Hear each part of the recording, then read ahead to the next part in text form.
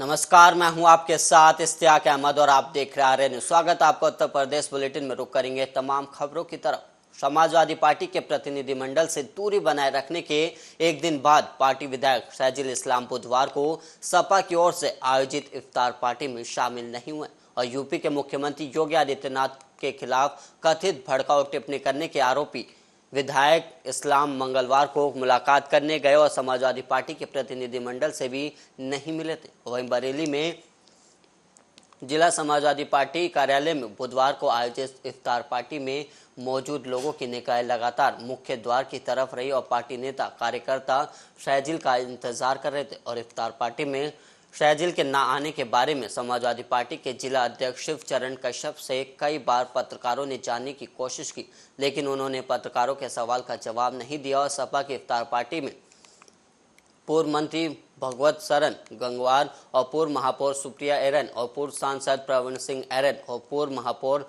Doctor IS Tomar और पूर्व विधायक सुल्तान बेग शामिल हुए और सपा विधायक अतारुर रहमान भी इफ्तार पार्टी में शामिल नहीं हुए। और जिला सपा प्रवक्ता योगेश यादव ने बताया कि विधायक अताउर रहमान उमरा हज करने गए और इस्लाम का मंगलवार को समाजवादी पार्टी के प्रतिनिधि मंडल से ना मिलना और बुधवार को पार्टी की तरफ से आयोजित इफ्तार पार्टी में शामिल ना होने से शहर में चर्चाओं का बाजार गर्म है और समाजवादी पार्टी से परहेज को लेकर बरेली में कई तरह की चर्चाएं कुछ लोग कह रहे हैं और कि वो मुख्यमंत्री योगी आदित्यनाथ के बुलडोजर से डर गए और जबकि कुछ का कहना है कि वो पार्टी के वरिष्ठ विधायक और सीतापुर जेल में बंद आजम खान की राह पर चल रहे हैं। और शहजील इस्लाम के पिता और पूर्व विधायक इस्लाम साबिर ने बताया कि मंगलवार को विधायक शहर से बाहर थे, इसलिए विधान परिषद में नेता प्रतिपक्ष संजय लाठर के नेतृत्व में बरेली आई सपा की 12 सदस्य कमेटी से नहीं मिल सके थे।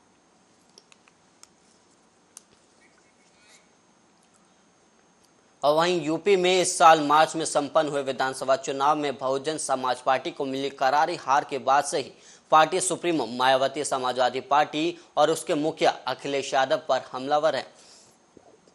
और वहीं अटकलें लगाई जा रही हैं कि इसी साल होने वाले राष्ट्रपति चुनाव में मायावती उम्मीदवार हो सकती है और सपा के राष्ट्रीय अध्यक्ष अखिलेश यादव ने भी बुधवार को लगभग ऐसा ही बयान दिया और अब मायावती ने उनके इस बयान पर प्रतिक्रिया दी और अखिलेश के बयान पर मायावती ने कहा कि मैं फिर से यूपी का CM या PM बनने का सपना देख सकती हूं, लेकिन देश के राष्ट्रपति पद का सपना नहीं देख सकती। सपा मुझे देश का राष्ट्रपति बनाने का सपना देख रही है ताकि यूपी के CM पद के लिए उनका रास्ता साफ हो जाए।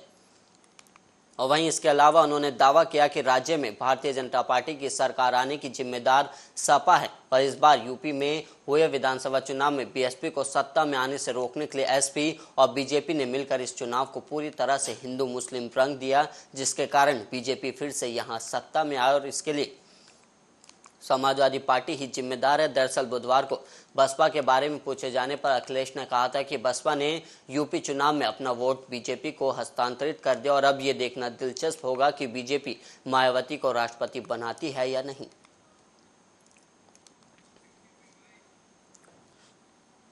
और वहीं देश के तमाम राज्य भीषण गर्म की चपेट में और इसी के साथ बिजली की भी मांग बढ़ गई है, लेकिन यूपी सहित कई राज्यों में बिजली संकट घेरा गया और दरअसल बिजली उत्पादन के लिए कोयले की उपलब्धता जरूरत के अनुपात से काफी कम है और वहीं इस वजह से बिजली की किल्लत देखी जा रही है। और वहीं तमाम राज्य कोयले की खपत और स्टॉक को लेकर भी चिंता भी जाहिर कर चुके हैं और इधर यूपी उत्तराखंड में बिजली संकट के चलते कई घंटे की कटौती भी हो रही है, जिससे लोगों को काफी परेशानी हो रही है। वहीं कोयले की निर्बाध और समय पर डिलीवरी सुनिश्चित करने के लिए उत्तर रेलवे ने करीब 28 अप्रैल से अगले आदेश तक 8 पैसेंजर ट्रेनों को रद्द करने का फैसला किया और इसे लेकर उत्तर रेलवे मुरादाबाद मंडल की तरफ से नोटिफिकेशन जारी किया गया और इसके अनुसार बिजली स्टेशनों को कोयले की निर्बाध और समय पर डिलीवरी सुनिश्चित करने के लिए कोयला ढोने वाली मालगाड़ियों को प्राथमिकता दी जा रही है। इस वजह से 28 अप्रैल से अगले आदेश तक 8 यात्री ट्रेन को रद्द करने का फैसला लिया गया। और वहीं आपको बता दें कि उत्तर रेलवे मुरादाबाद मंडल द्वारा बुधवार 27 अप्रैल को जारी किए गए प्रेस विज्ञप्ति में कहा गया है कि जैसा कि सभी की विदित है कि गर्मी आने के कारण बिजली की खपत ज़्यादा बढ़ गई है और बिजली घरों में कोयले की कमी ना हो, इसके लिए बिजली घरों तक कोयले की निर्बाध आपूर्ति सुनिश्चित करने के लिए रेल प्रशासन युद्ध स्तर पर काम किया जा रहा है। कोयला के सुगम और तीव्र गति से परिवहन के लिए भारतीय रेल कोयले ले जाने वाली मालगाड़ियों को उच्च प्राथमिकता देते हुए संचालित कर रही है और इसी कारण कुछ ट्रेनों को उनके आगे लिखी दिनांक से निरस्त करने का निर्णय रेल प्रशासन द्वारा लिया गया है।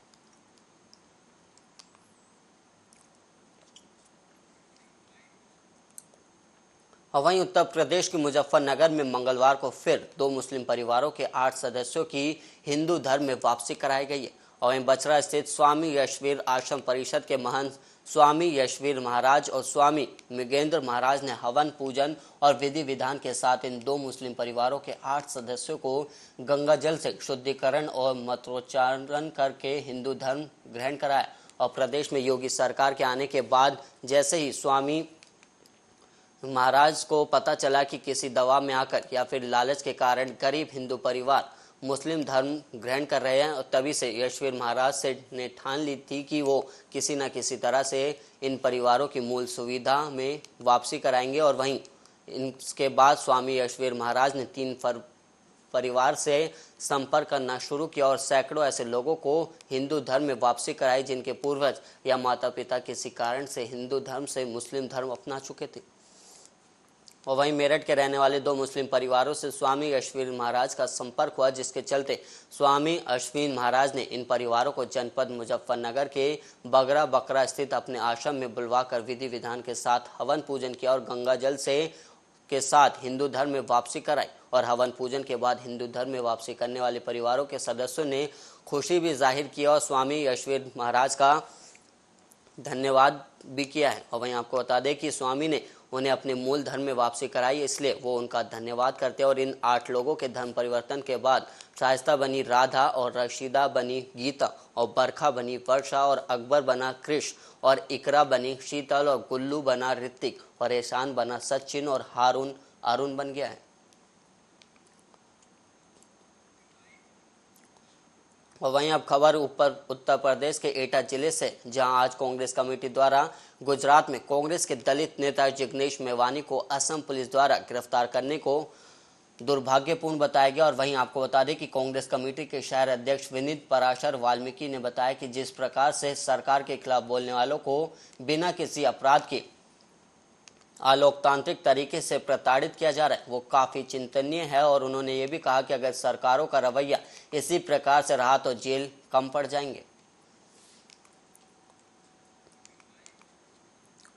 और वहीं एक तरफ महंगाई की मार से जहां डीजल और पेट्रोल के दामों में वृद्धि हुई है और वहीं गैस सिलेंडर भी महंगा हो गया, इसके साथ साथ खाद भी किसानों को बड़ी दिक्कतों के साथ खरीदना पड़ता है। और वहीं महाराजगंज जिले के लक्ष्मीपुर क्षेत्र में रहने वाले एक किसान ने गोबर गैस प्लांट लगाकर भारी मात्रा में जैविक खाद और घरेलू गैस उत्पाद कर महीने में लाखों रुपए की बचत कर ली। और वहीं उन्हें खाद के लिए लाइन में खड़ा नहीं होना पड़ता। लक्ष्मीपुर क्षेत्र के सोंदी गांव के रहने वाले किसान ओम प्रकाश चौधरी ने बताया कि लक्ष्मीपुर ब्लॉक किसान मेले में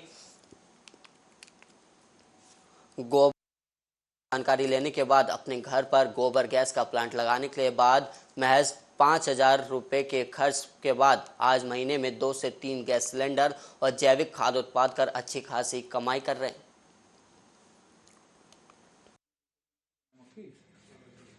इसका जो वो निकलेगा धुआं।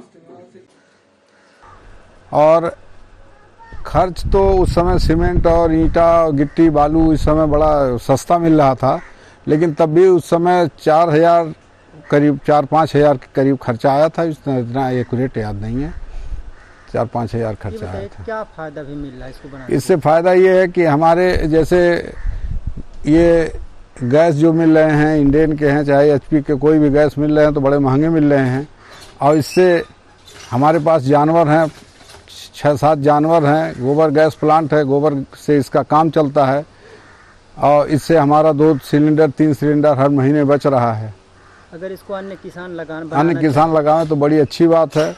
इससे जो है तमाम लोगों का पैसा बचेगा।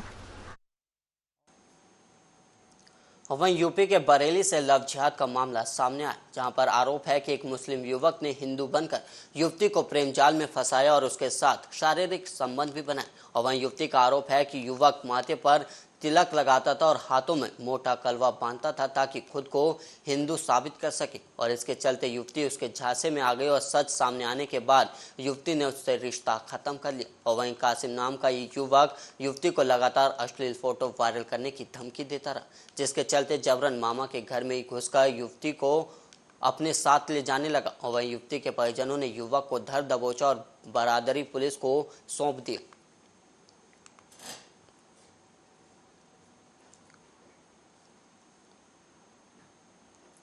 थाना बारादरी पर एक आदमी के द्वारा तहरीर दिया गया। तहरीर में उनके द्वारा बताया गया कि उनकी पुत्री के साथ एक व्यक्ति ने दुष्कर्म जैसी घटना को अंजाम दिया है और वो व्यक्ति इनके घर पे भी आ गया था और इनसे गाली गलौज मारपीट जैसी घटना को पारित किया। इस संबंध में थाना बारादरी को 376, 314 एवं अन्य धाराओं के साथ में 3/4 पॉक्सो एक्ट भी लगा दिया गया है और मुकदमा पुरस्कृत कर लिया गया है। जो उसमें जो नामजद व्यक्ति है उसे गिरफ्तार कर लिया गया है, उसे गिरफ्तार करके उसकी पूछताछ की गई है। और वहीं खबर प्रयागराज से है, जहां हत्याओं का सिलसिला थमने का नाम नहीं ले रहा है। और ताजा मामला प्रयागराज के नैनी क्षेत्र के मलहरा रेलवे क्रॉसिंग के पास से, जहां दिन दहाड़े बाइक सवार बदमाशों ने ब्रिजेश सिंह नामक युवक को गोली मार दी। और वहीं गोली मारकर बदमाश मौके से फरार हो गए और हत्या की सूचना पर मौके पर पुलिस भारी फोर्स के साथ पहुंच गई और मामले की जांच शुरू कर दी है। वहीं मृतक युवक नैनी और छिवकी स्टेशन पर वेंडर ठेकेदार था और इस हत्या से नाराज लोगों ने सड़क पर जाम लगा दिया।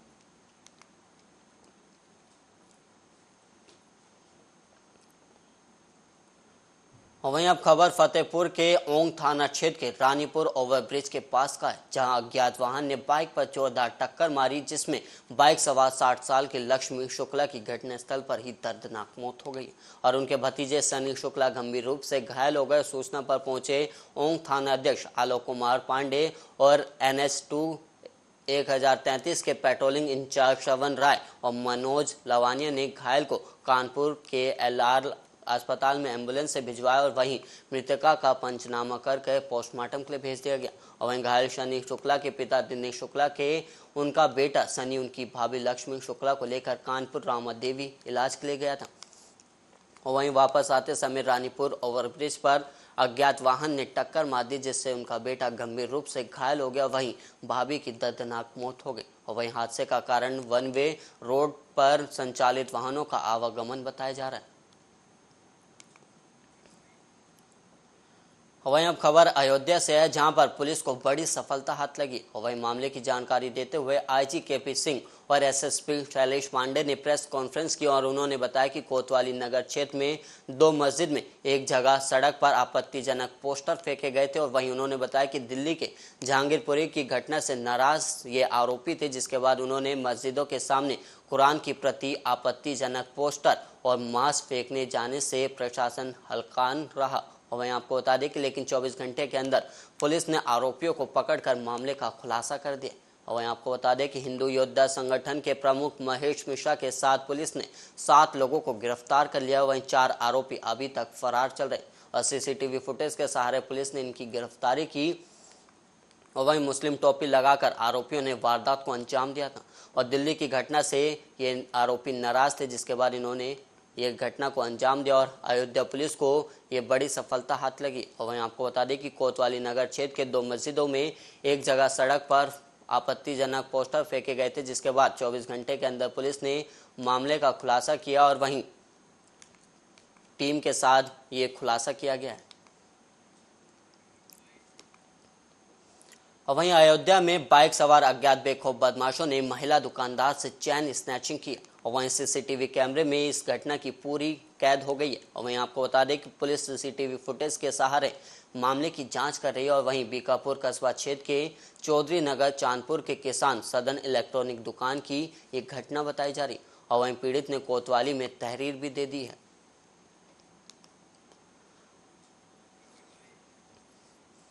और वहीं अब खबर बिजनौर से है, जहां जजी परिसर में अचानक आग लगने से अफरा तफरी मच गई और आग लगने से वकीलों के दर्जन भर चैम्बर जलकर राख हो गए और वहीं बड़ी मुश्किल से दमकल विभाग की गाड़ियों ने पहुंचकर आग पर काबू पाया, लेकिन तब तक दर्जनों चैम्बर जलकर राख हो चुके थे।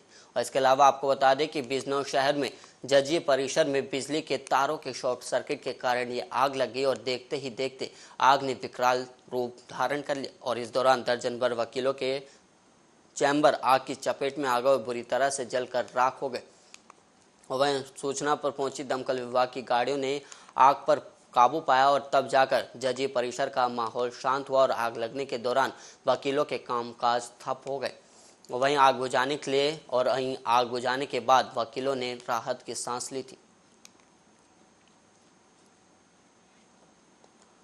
और वहीं अब खबर उन्नाव से है, जहां पर उन्नाव से कानपुर आ रही एक सफेद रंग की एसयूवी कार ने अचानक उसमें भीषण आग लग गई। और वहीं आपको बता दें कि घटना के बाद जाजमऊ पुल पर उस वक्त हड़कंप मच गया जब एक चलती हुई कार में अचानक से आग लगी। फिलहाल किसी के हताहत होने की सूचना नहीं मिली और वहीं बड़ी मुश्किल के साथ चलती हुई कार से 5 लोगों ने कूदकर अपनी जान बचाई है। और फिलहाल पुलिस ने कारणों का पता लगा रही है और आखिर कार में आग कैसे लगी, पुलिस पूरे हादसे की जांच भी कर रही है।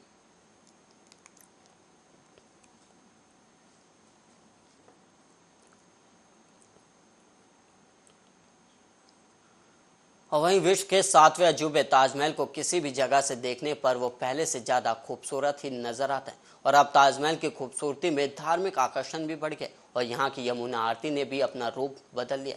और इस बदलाव को विस्तार से समझने के लिए देखिए हमारी खास रिपोर्ट।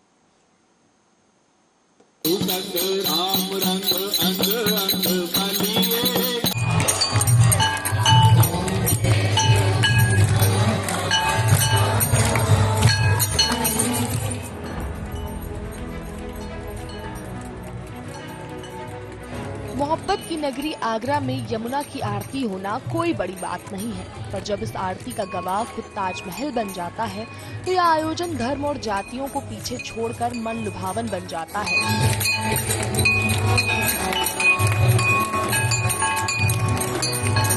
आगरा में आरएसएस की भगत सिंह शाखा और युवा जागरण सेवा समिति ने कुछ समय पहले पर्यटन को बढ़ावा देने के लिए यमुना को स्वच्छ रखने के उद्देश्य से ताजमहल के पास दशहरा घाट पर यमुना आरती की शुरुआत की थी। हर सोमवार होने वाली आरती को बढ़ावा देने के लिए संगठन के लोगों ने प्रयास किया। बीते 2 सप्ताह से यहाँ सैकड़ों लोगों की भीड़ के साथ आरती का भव्य आयोजन किया जा रहा है। युवा जागरण सेवा समिति के अध्यक्ष राकेश शर्मा ने बताया कि यमुना घाट पर आरती करवाने का उद्देश्य किसी तरह का विवाद बढ़ाने का नहीं है। यह आरती ताजमहल पर पर्यटन बढ़ाने का संदेश है।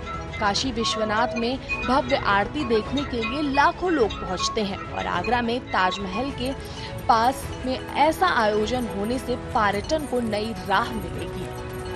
ताजमहल के निकट दशहरा घाट पर महाआरती के लिए ताजमहल से जुड़े गाइड और फोटोग्राफर्स ने व्यवस्था संभाली है। यहाँ आरती का पूरा काम ताजमहल के गाइड और पंडित के साथ काम करने वाले ब्राह्मण सूरजमणि शर्मा करते हैं।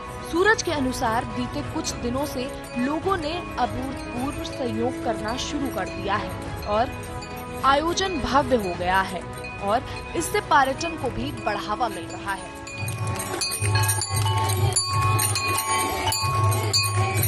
मैं सूरजमणि शर्मा एक 19वीं पीढ़ी का पांडित कर्म करने वाला ब्राह्मण हूँ और ताजमहल में ऐसे गाइड के रूप में कार्यरत भी।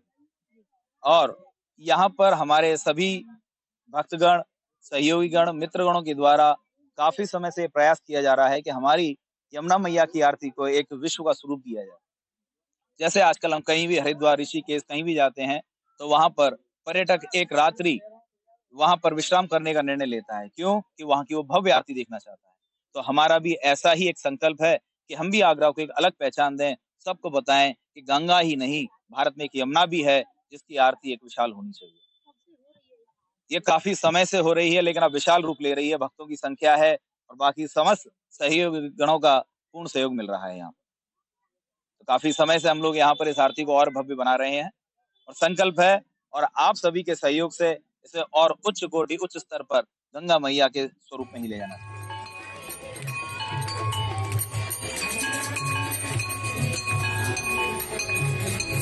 ब्रजवासी यमुना मैया को पूजते हैं। मथुरा समेत ब्रज में तमाम त्योहारों का यमुना स्नान और पूजा की परंपरा है।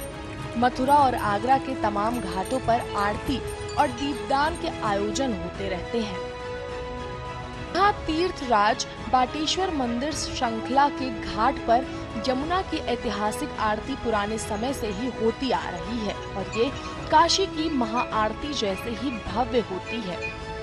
इसके अलावा रिवर कनेक्शन कैंपेन के तहत 7 वर्षों में यमुना किनारे रोड पर एतमाउदौला व्यू पॉइंट पर रोजाना यमुना आरती होती है और ये वर्ल्ड रिकॉर्ड में भी शामिल है। आपको बता दें, इसके साथ ही 2 वर्ष से आगरा के कैलाश घाट पर पर्यावरण बचाव का संदेश देने के लिए कैलाश मंदिर पर बांके बिहारी वेलफेयर सोसाइटी द्वारा हर सोमवार यमुना आरती का आयोजन किया जाता है।